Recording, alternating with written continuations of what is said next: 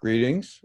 This is Kai Hagen here with another video to talk about some local issues with some local community leaders, business people, and others with a particular emphasis during this time on the impact of our COVID-19 public health crisis and the consequent economic crisis that we're all living through right now.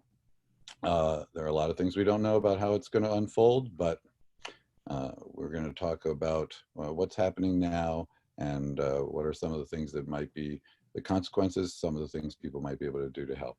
So today I'm here with Jennifer Dougherty, very familiar face and name to many of you, I'm sure. Jennifer was the mayor of Frederick 2002 to 2006. And she's been in the restaurant business in downtown Frederick for 22 years, or 32 years. Is that right?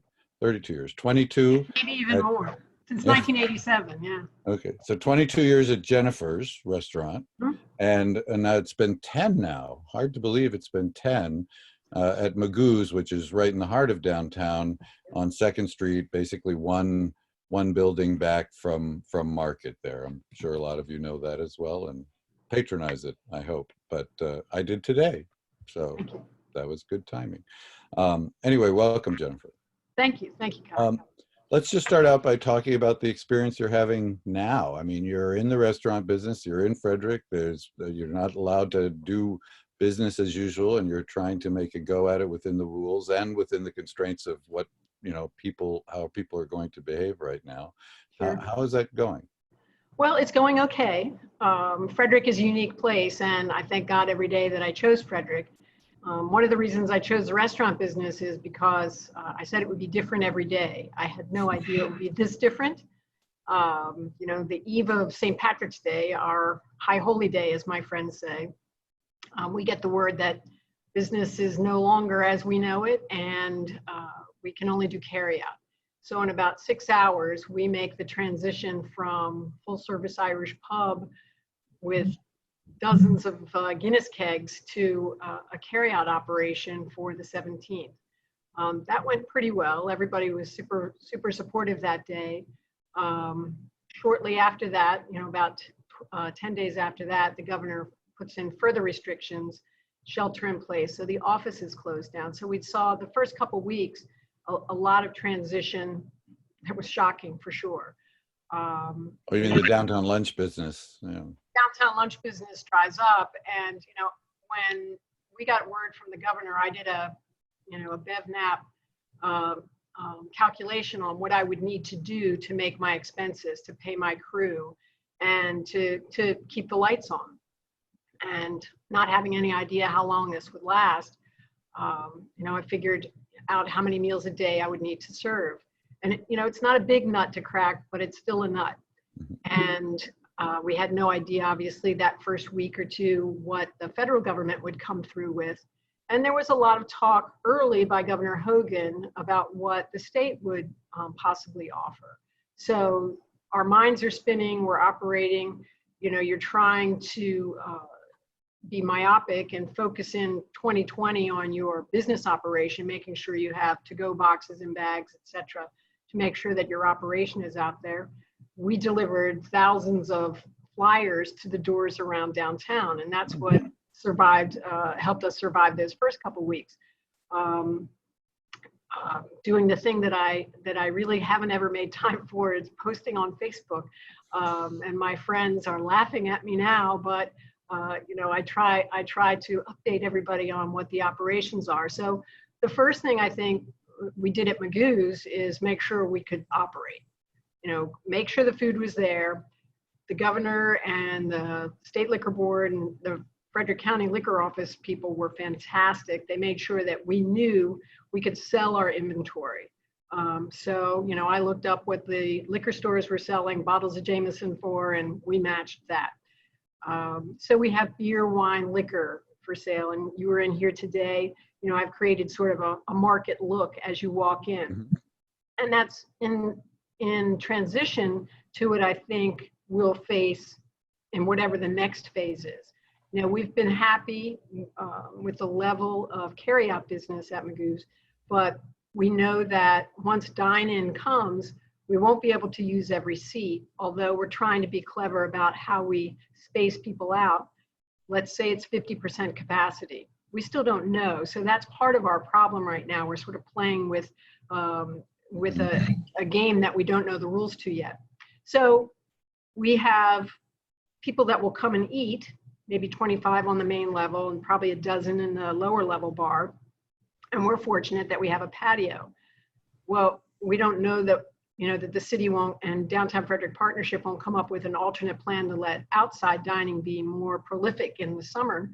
But if summer ever comes, I swear, this has been the coldest spring ever, but it's going to warm up, I'm sure of it, and I won't have to wear 3 layers of sweatshirts to keep the door propped open to invite people into the pub. So I think that we'll see business transition. People will want to come and socialize in an Irish pub. It's going to be the last bastion of places that people go. And I always have joked about that. I had no idea that the Irish pub was going to be the last thing holding on. But people are going to want to come in. And you may have noticed, but what I put up is a sort of an Irish flag sneeze guard at the bar that help people understand that we're planning for them to come back to eat in and to carry out, because that's going to be the balancing act that restaurants will have to prepare for. And we appreciate what the city of Frederick has done and do the curbside spaces, reserve the curbside spaces. That makes I thought that was really helpful. It is a huge advantage to what's going on. And the idea that we have people abusing that has been sort of annoying. But we eventually got on the same page, and that's the trouble. We don't have the city coming around and saying hi all the time. I mean, I've seen a few people from the city, but I've not seen a lot, and that's part of our trouble. Who's going to help us? I don't think the federal government's going to help us much. Who helped us through the PPP process? Woodsboro Bank helped us. The local community bank helped us. They communicated in advance. We walked through the process once I submitted my application. The things that we'll need from the federal government and our representatives on that is to relook at that, because what they're saying is rush, spend that money. It's not a lot of money, spend that money now. Well, what I would do, and seems to be the smart thing based on what we're seeing in the pandemic, is that this is going to go on a while. Mm-hmm. I should be encouraged to stretch that money out, because my crew is here working. And that's the big part of an evolution of the government involvement. I was going to ask you, in regard to your crew, your staff, yeah. Have you been able to keep everybody working? I mean, obviously it's a different model for the business. You don't have the same amount of servers and things like that. We don't have, yeah. The short answer is no. The longer answer is my full-time crew, my kitchen crew is here, and they're not working the full schedule that they used to work. Obviously, we have about 60% of the hours that we used to operate under for carryout. But my full-time crew is getting paid their wages. My part-time crew, the bartenders and servers, have come in to work 1 night a week, which is about half of what they worked before. Most of them are students, and they were very aware that it would be beneficial to a couple other employees to get the hours, so they offered to not work and focus on their school rather than to come in and work 1 night a week. So we have sort of a mishmash of a schedule, but it's about 60% of what they were working, and that matches up with our hours. So they are getting the feel of the carryout operation, and they're learning to be servers over the telephone, essentially. You know, how to make sure that the order gets accurately recorded to the kitchen, and their first shifts on carryout, I keep reminding them we've only made one mistake on carryouts in terms of getting the orders accurate, and it was my mistake. We left an order of killer fries out, and I still remember who I owe a killer fries to from week 1 of this. But the idea that the crews are going to come in and learn to wait tables again when they have masks and It's going to be a very different working environment for sure. yeah, it'll be different. But we had a crew meeting on a week ago, and we talked about what my priorities are, and we had a handout sheet. And I said, look, this is going to be something that evolves, but sanitation is obviously a key part of it. But the emphasis that I tried to place with them is, I'm more concerned about them being secure and safe, because if they feel safe and secure, they will be fine serving the customers. Then we'll get to the customers and screening them. You know, that guidance is probably going to come from the state. And just for one, I don't really feel comfortable having a host or a waiter or a bartender or a bar owner scanning someone's temperature. It's not really my training. I have a history degree. I have a real estate license. What do they tell you when you're a realtor? Don't practice law. So they're going to tell me to take someone's temperature. I feel reluctant to do that. But if that's part of the game, then that'll be part of the game. As you pointed out, we don't know yet how the state guidance is going to come down.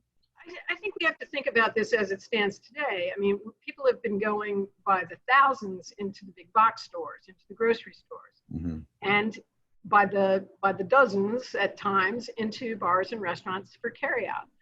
Well, we haven't been taking temperatures right now, and we've actually increased a level of screening or protection by adding masks. So And gloves and gloves. Right. Well, that's for us, but not everyone will. I mean, I don't imagine customers will wear gloves when they come in to eat. No, right. There's some good advice out there. I've tried, like most people in business, trying to find their best practices that are evolving, and there's some things out there that we're going to try. Every day I look at it as a way to think. I thought the restaurant business was going to be exciting every day. It sure is. So the things that we're working on now are, trying to make sure that our space is safe. My employees know their role in this to keep it safe and clean, that they feel comfortable coming back to work. If they don't feel comfortable, they have the right to say, I'm not ready. And I wanted to make sure that they knew that. My kitchen crew, they stay distant. I mean, even though we have an open kitchen design, they stay distant from the customers. And so the thing that we had to change is when the servers come in, they don't go back and socialize. They say, you guys are coming from different households. Even though you're wearing masks, you can talk to each other, but you're talking from a distance. And, it's one of the nicer things when you have a small place that your employees are friends and they like to chat, but it's one of the new realities is we're coming from different places and we might have touched a germ. And, we have to keep that little bit of separation to protect ourselves. Have you spent much time speaking with or interacting in some way with other restaurants either in town or in our broader community to get a sense of how different or similar the experience has been? Because I get a sense, and maybe I'm wrong about that, but that some places are hanging in there with a pretty vibrant to-go business, carry-out business right now, and others it's just either it's the kind of food or the prices or the location or other things. It's just a little harder. Do you have any sense of that? I've not talked to people other than to observe what you've observed on various Facebook pages and posts. What we're seeing is, we have a menu that's amenable to carry out. You can get killer fries, you can get crab dip, you can get fish and chips, chicken pot pie, or meatloaf. And so those are the things that are easy to pack up and go. And the price point too. You can pick up a 6-pack of beer, you can get your burger, and we have, as you said, I've been in this business a long time, so I have a very loyal customer base for which I'm grateful. The Sunday night church crew, they come in and they do Zoom meetings with their friends and they get their dinners in advance. I have Thursday night as sort of quote family night. There's a couple of different families who always come in. So for us, I think is a lot like a lot of Frederick restaurants, is we have loyal customers who want to see us survive. And, you know, it's been okay. And I think it's survivable. I mean, that's the key to all this, is this survivable? Yeah. But I think we need to have some sort of maybe local kumbaya time. And I have to say, I credit the Downtown Frederick Partnership for their participation and their support of the businesses and trying to make sure that the membership members understood what was available and what updates were coming. You know, I tried to catch the governor's press conferences every week. The first couple weeks, I nearly had heart attacks during them, not knowing what was going to happen. But it's sort of gotten to be, you know, a good report, a good progress report. I never thought we would be open before June 1st in our business, just based on the numbers and based on, you know, opening up Ocean City before Memorial Day would just bring too many thousands of people in one place. And gosh, if we had to give up St. Patrick's Day, the beach is going to have to give up Memorial Day. Yeah, well, that is a big day for an Irish bar restaurant. So do you have a feeling for, I know you didn't sound particularly optimistic and certainly are not hanging your hat on the nature of federal aid programs that'll be coming for small businesses or restaurants, even though we hear conversation on Capitol Hill specifically focused on small businesses or even on, you know, restaurants and related businesses and what it's going to take to keep them whole and the impact that they have on our communities and things like that. But if you could encourage, you know, the federal government or the state government or local government, Frederick County or the city of Frederick, do you have any suggestions at any of those levels for what might be most helpful to people in your business right now? Well, I think we have to be realistic, number one. We're going to need to prop up small businesses, and that money is not going to come from the county or the city government. Right, it's too much. I think that's just unrealistic. I think the little bits of things that are available to us, like parking and maybe it's signage, maybe it's something more business related, you know, functionally related. But in terms of the state, the state really did, you know, make some very good moves initially. And I think Governor Hogan has been a powerful communicator on this. And I think he's done a very effective job in most of this. It's very unfortunate that the unemployment page sort of blew up when he was trying to fix it. You know, I don't expect the governor to be coding things at night. And I think people are still feeling frustrated by that. In terms of the possible grants or loans that my business, I mean, I'm still in review from, you know, the first week they were available. So that to me is an expected problem, but I guess I don't feel the sweat so much because I decided to stay open and give it a try. Yeah. And I'm grateful that I did. I'm grateful that my crew did. I'm grateful that my customers came in. That's the key. And I led off with this, and it's, Frederick is a unique place. I mean, I've said this before, and I don't want to sound schmaltzy about it, but Frederick is a very cool place to call home. And if you've been here a while, as you and I both have, we understand the benefits of those relationships. And to come in and have a beer and talk about the Nationals, or to lament the Redskins and praise the Ravens. It's an appropriate way to phrase it.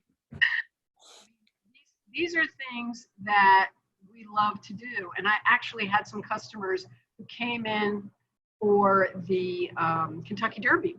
And I normally have a Kentucky Derby party. And they were like, "Where's the party?" And I was like, my head is just exploding with other issues. I totally forgot. And the thing we miss is that ability to socialize around sports, politics, whether good or bad politics, and certainly all we can talk about right Good now. or bad politics. I can actually see the table I was sitting at the night of the 2016 election over your right shoulder. On the other hand, that balances out with having been at Jennifer's celebrating the night that I was first elected in 2006. So sometimes it's good, sometimes not so good. That's life, right? We have to deal with so many things. And that's what I think the small businesses throughout Maryland are trying to deal with, certainly in Frederick. You know, I see Maria from Tiara Day trying to load up, getting bags ready. I saw April running out on Saturday from her shop and trying to make sure that, you know, her deliveries were going out on time.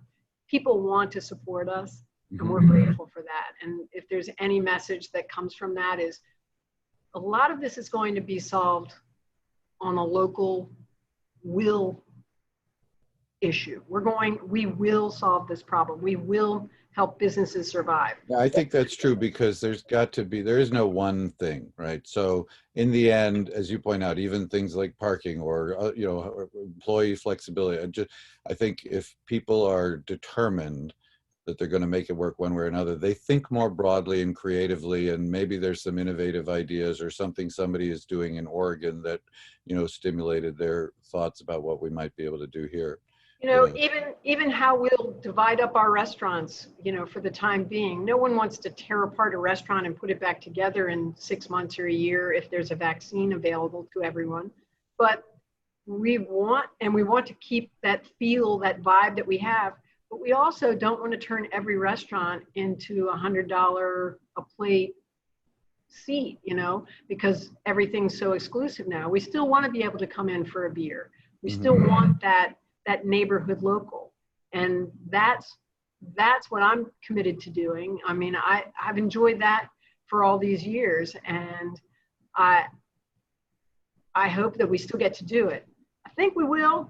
A customer came in today at lunch and he said, there's one thing I've learned about restaurant people. They are one resilient group of people.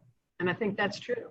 Oh, well, every time I go to one for carryout or anything, I have to ask them, you know, how's it going? Are you hanging in there? And, you know, the answers have generally been cautious yeses, but, you know, some underlying nervousness you can tell. So it's a serious issue. We don't know how long it's going to last. Yeah. Before we wrap up here, is there anything going on in the restaurant or for sale or anything about carryout you want to do a quick pitch, since you've done this for me? I'd be happy to. It's so funny, you know, we'll sell anything, but you know, we have our regular menu available, and that's the good thing. We've had customers come up with some of their own favorites, and we've introduced some new items just to serve them, because they live around the corner and they come in every Tuesday night. So we want to make sure that they get their Krabby Tom sandwich. Tom Lynch has come up with a new pizza. I mean, you want it, we'll try to make it. I mean, well, my mother really liked the chicken pot pie today. So yeah, and the strawberry shortcake. Although it was so much that she's making 2 meals out of it. I wouldn't have. As a mother would, because she's not sure if you're going to come and visit her again, right? Well, I can't come every day. It's, you know, we're all trying to be careful right now. I understand. Well, thank you very much, Jennifer. And I'll crack open that bottle of wine I got there sometime soon. The price is very reasonable, and I'll look forward to that. But thank you for taking the time to talk about it. And really, from all of us who care about downtown Frederick, who love our restaurants and our cultural scene and everything else, the best of luck to you. Thank you. Okay, take care.